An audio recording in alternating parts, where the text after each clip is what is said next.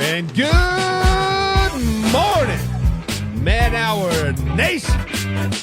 It is Tuesday, so it's time to overreact some of the silliest things that are going on in the NFL landscape. Chase Young gets signed. Chicago Bears in a must-win now. The New York Jets are back. Of course, got to talk more about Kenny Pickett. And the San Francisco 49ers, they are in trouble. What in the world the 49ers doing? We got to talk about that as well. All that and much more. But first.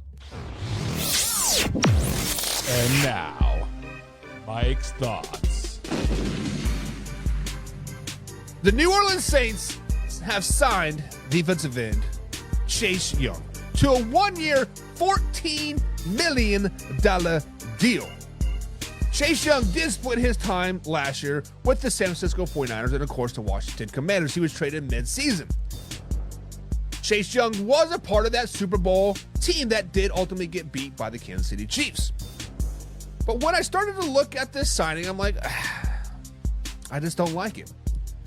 I just do not like it. The Saints have a pretty solid front four as is. They have Cam Jordan, they got Carl Granderson, they got Saunders, they got Shepard. It's a pretty damn good front four. Chase Young to a one-year, $14 million does not make sense to me. This is the first time since his rookie year that he played a full NFL season last year. And he didn't even play a full NFL season. He sat a couple games out there in the trading process, right? This is not a good signing. New Orleans Saints fans, you guys get hop all you want. Former second overall pick comes from the San Francisco 49ers to the New Orleans Saints. Awesome. I get it. You guys can get hype all you want. This is a bad signing. This is a bad signing because you're not getting a Chase Young that gives 100% effort 100% of the time. That's just not Chase Young's style. He'll give you 100% effort, 1, 2, maybe 3 plays a series, but then he's coach, I need a break. Or he half-asses it just in general. Chase Young could be a dominant player if he gave 100% effort every play, like Aaron Donald, Joey Bosa, Max Crosby. He's just not up on that level. Signing's dumb. It's dumb. But cue that intro. Are you ready for the best damn NFL show on the planet? Man Hour Nation, rise up. Yeah, hey, let's go. Hitting that gridiron, we going hard, we running the plays. You know the vibe, only the strong survive. Gotta keep your head in the game. Talking NFL, uncut, straight raw. Steady bringing that sauce. We about to take off. Get it hype, this man, our sport talk. Yeah, from the quarterback to the lineman. Everybody bringing heat. You don't really want to try them. Hey, who gon' win? It's a battle of the giants. This show is the flyest. Nobody can deny it. This is Man Hour. Sport Talk. Man Hour. Sport Talk. What team you reppin'? We keep it interesting. Who caught another down? Who got that interception? This is Man Hour. Sport Talk. Man Hour. Sport Talk. What team you reppin'? We keep it interesting. Who caught another down? Who got that interception? Let's go. What is up, Man Hour Nation? Michael Buckeyes here with the Man Hour. Be sure to hold over to NFLtoday.co. Check out the new and improved website. We got stats, we got scores, we got merchandise, we got blogs, we got forums, we got everything you could possibly want over there at NFLtoday.co. If you guys are not a Pigskin Pundit already, click on the link in the description below. Become a Pigskin Pundit because tomorrow we're breaking down my man, Justin Fields. We'll be breaking down his film after show. You have to be a Pigskin Pundit only to be able to see the after hours show. Of course, you got some new merch rolling out for members only. The Pigskin Pundits, I should say. That'll be shipped out April 1st. Second quarter merch is going out there. Guys, this is a live, interactive show. Comments are encouraged. Talk your stuff, talk your shit, but be ready to defend yourself. Because I am toxic. A toxic. But we're going an hour earlier today. I got some spring break stuff to do, but we got to welcome some people into the chat. We do got to welcome the man, the myth, the legend, the biggest Jacksonville Jaguars fan out there, this side of the Mississippi. We got my man, Mr. XD Gamer. What is up, XD Gamer? Glad you are joining us today. Hope you're having a good time over at the beach. I'm getting ready to go to the mountains. getting ready to go to the mountains. That's why we're starting the show early. We're going to go to the mountains from the day of the mountains. Come back. Bada bing, bada boom. We're back here tomorrow. My man Ant is in the chat. WB Ant. Speaking of a biggest fan, this man wears his purple and black everywhere he goes. This man says, I'm going to roll up like King Henry in a nice, fresh purple and black suit, black tie, black coat, purple shirt. Bada bing, bada boom, and look fly.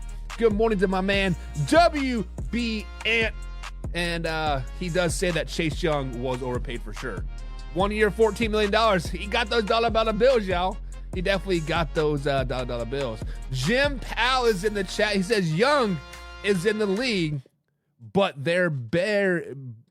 Young is in the league, but he's beginning just a touch better than a guy who isn't in the league to demand anything. Basically saying Chase Young is in there, but he's not very good. He's not very good. XC Gamer says, I am too poor to be a pigskin pundit. I feel your pain, man. I feel your pain. We've all been there. Just get through the struggle. Always keep grinding, moving forward. But you know what?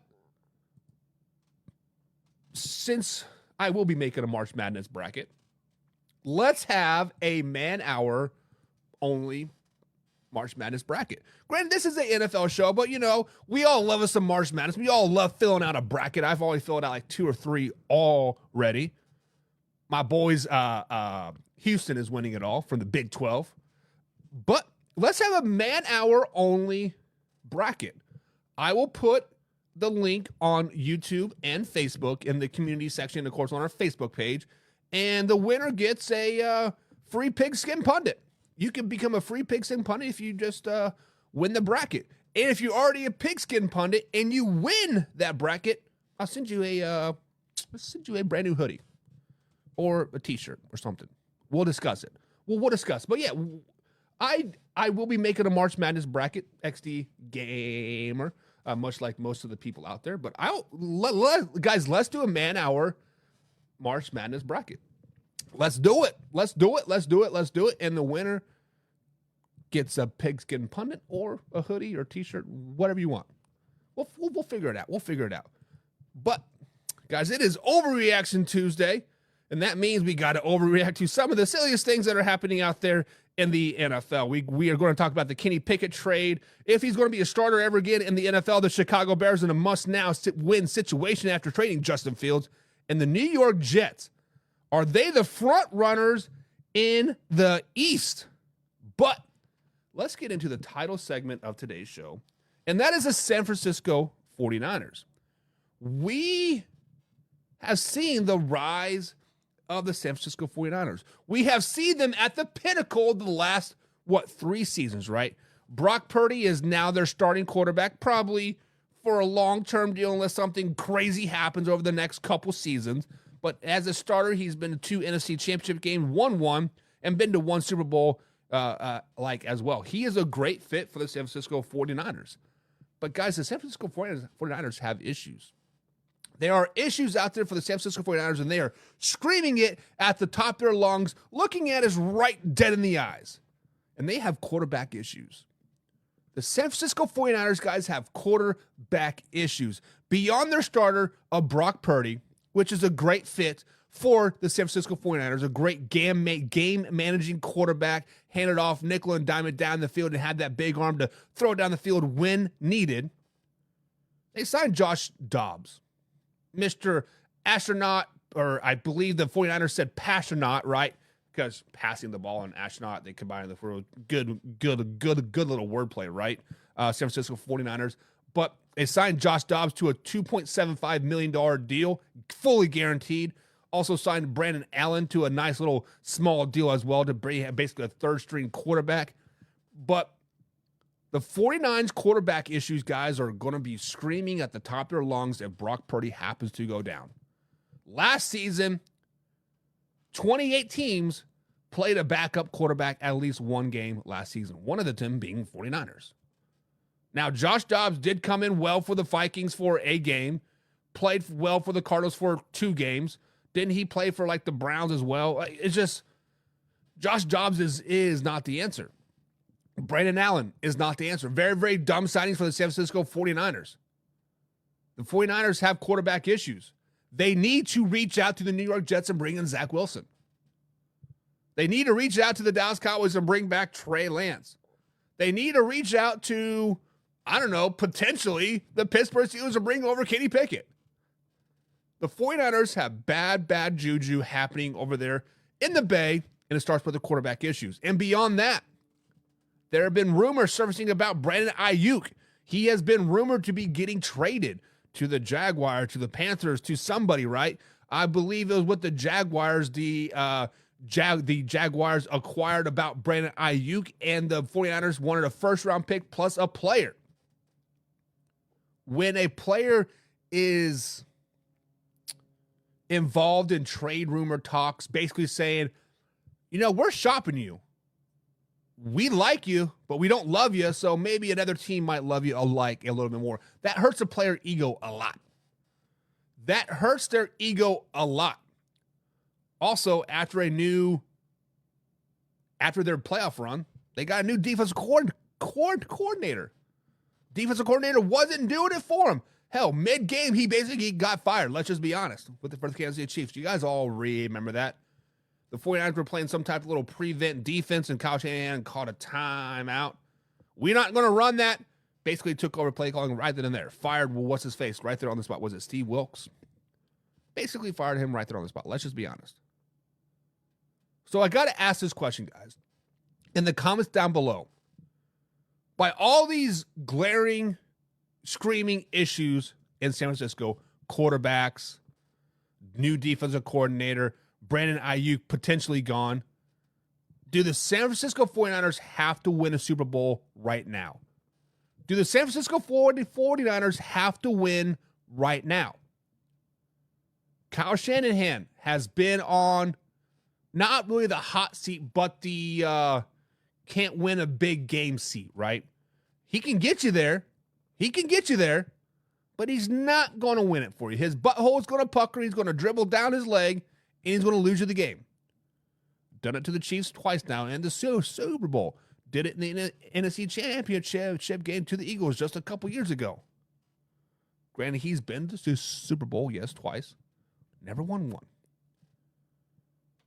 Guys, I'm going to go out on a limb and say, if the San Francisco 49ers do not make it to at least the NFC Championship game this season, which they potentially should, they have a really great roster, Kyle Shanahan's potentially going to be out.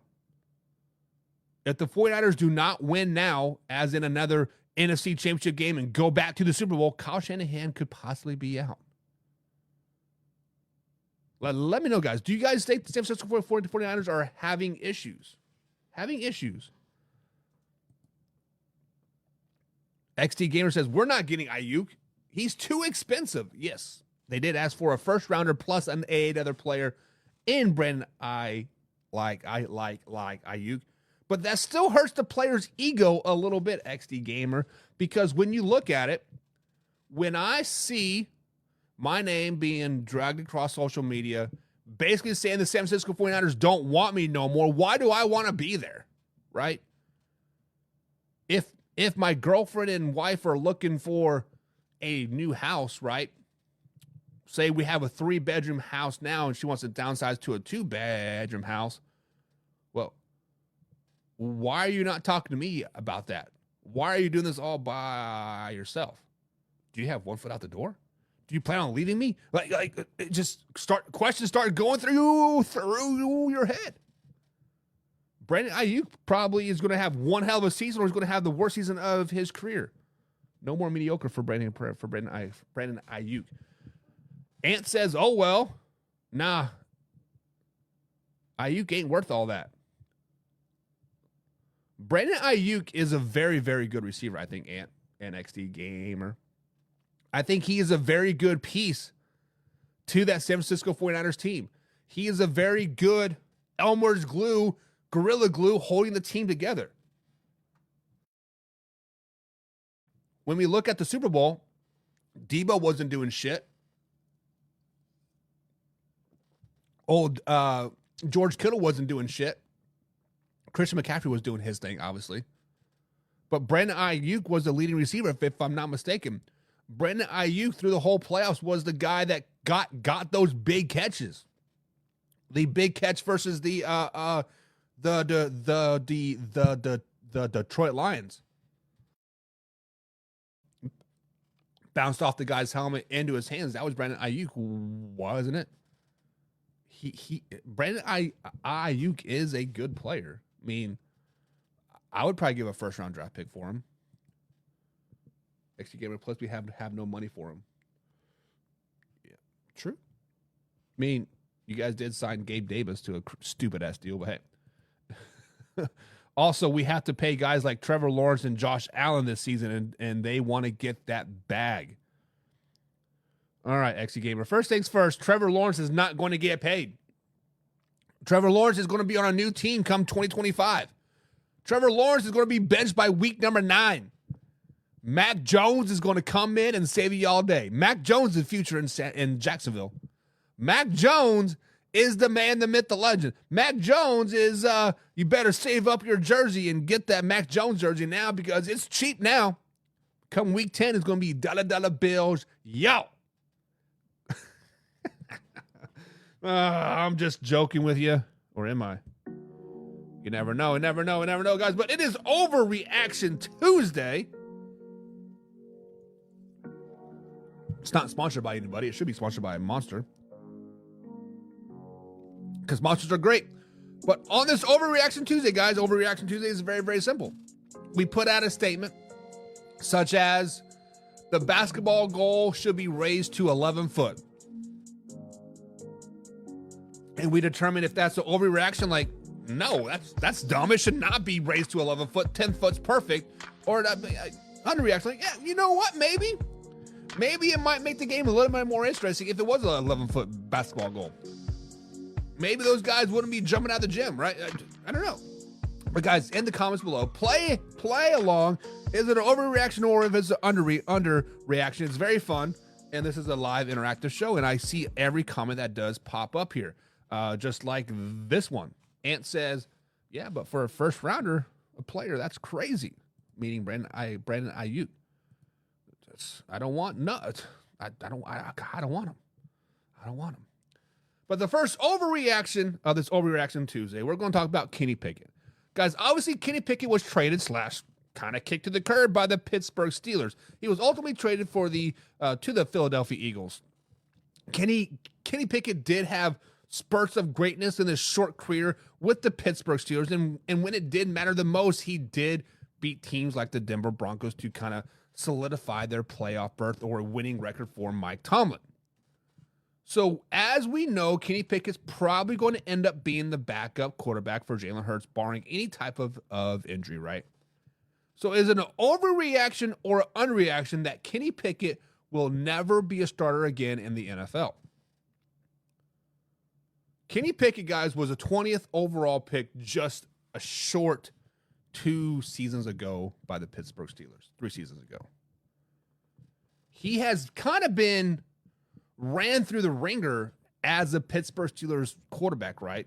You brought in Mitchell Trubisky to compete for the starting job. Mason Rudolph was in there taking some reps from him. Let's just be honest. Kenny Pickett was never really developed by Mike Tomlin to be that guy. Now, when we look at Philly, obviously Jalen Hurts did have not a great season last year. He had a good first 9 games, but when the wheels fell off, they fell off hard. Granted, he did get injured and was a little banged up last season, but I do not think Kenny Pickett will be taking Jalen Hurts' starting job by any stretch of the imagination, barring injury, obviously. But when we look at that 21-22 draft time, right, there have been 6 quarterbacks from that draft that have been on new teams so far. Mac Jones, Desmond Ridder, Sam Howell, Justin Fields, and Trey Lance, and potentially Zach Wilson as well. You know what this shows me in the NFL? That there is no coaching or development of players anymore.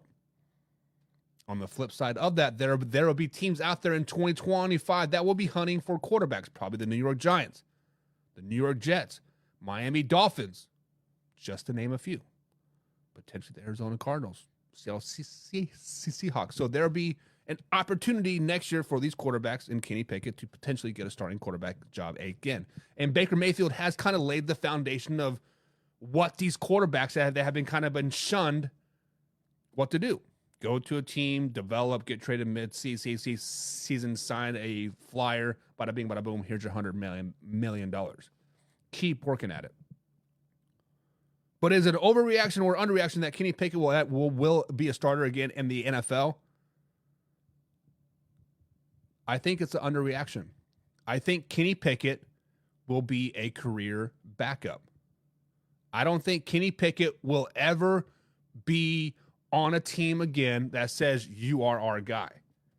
He will never be the New York Giants starting quarterback. He will never be the Miami Dolphins starting quarterback. He will never be the Green Bay Packers starting quarterback, the Dallas Cowboys starting quarterback.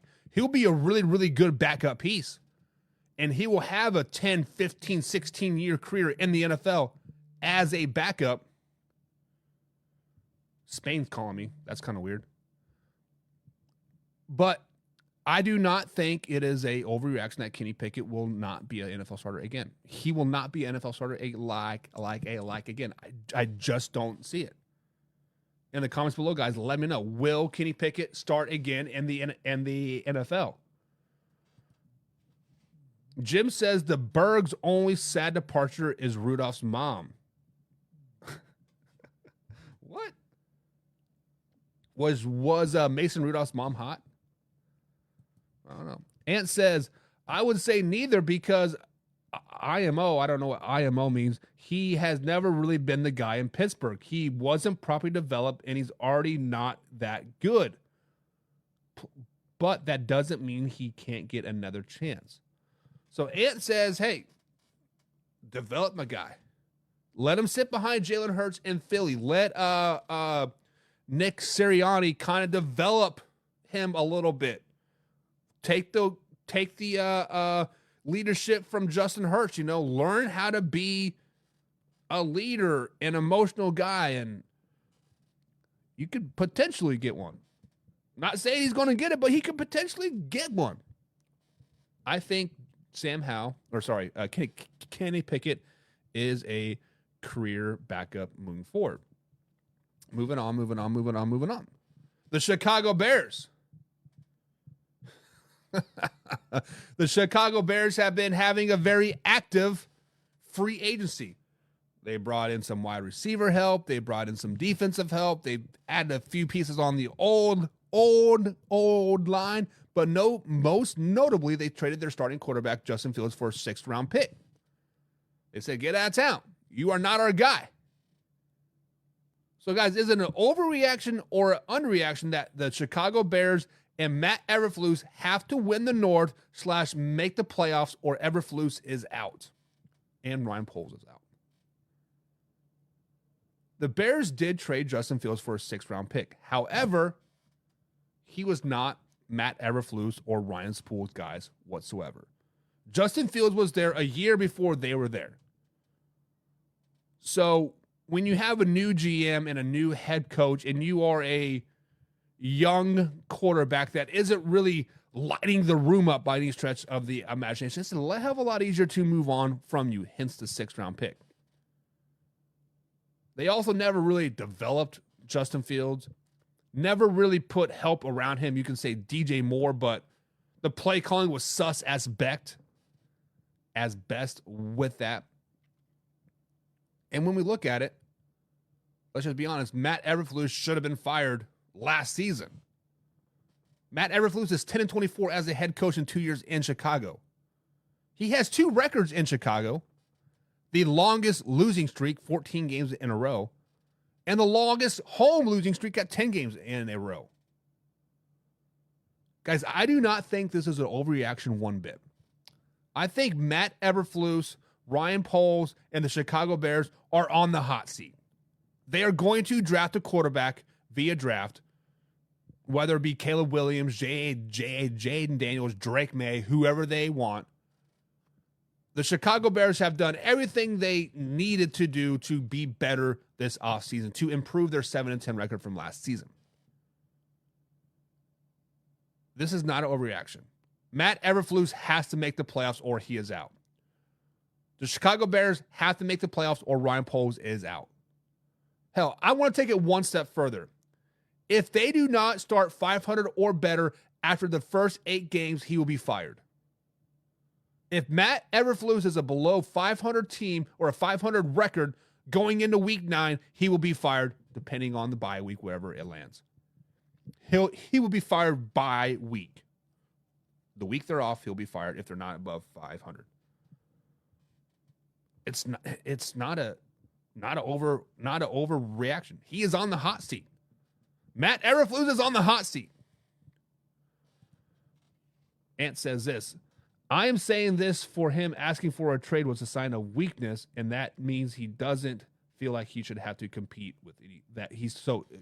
Ant is talking about Kenny Pickett here, and he says he is upset at Kenny Pickett because he requested a trade after Russell Wilson was signed.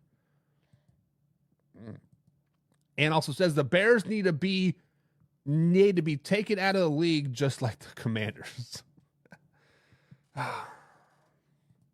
Bears and Commanders need to go down to the UFL, right? That's where they need to go, the UFL. I don't know, man. Final overreaction of the day here.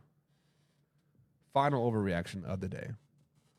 The New York Football Jets, they have been very, very active this free agency period. They've added 3 big mans.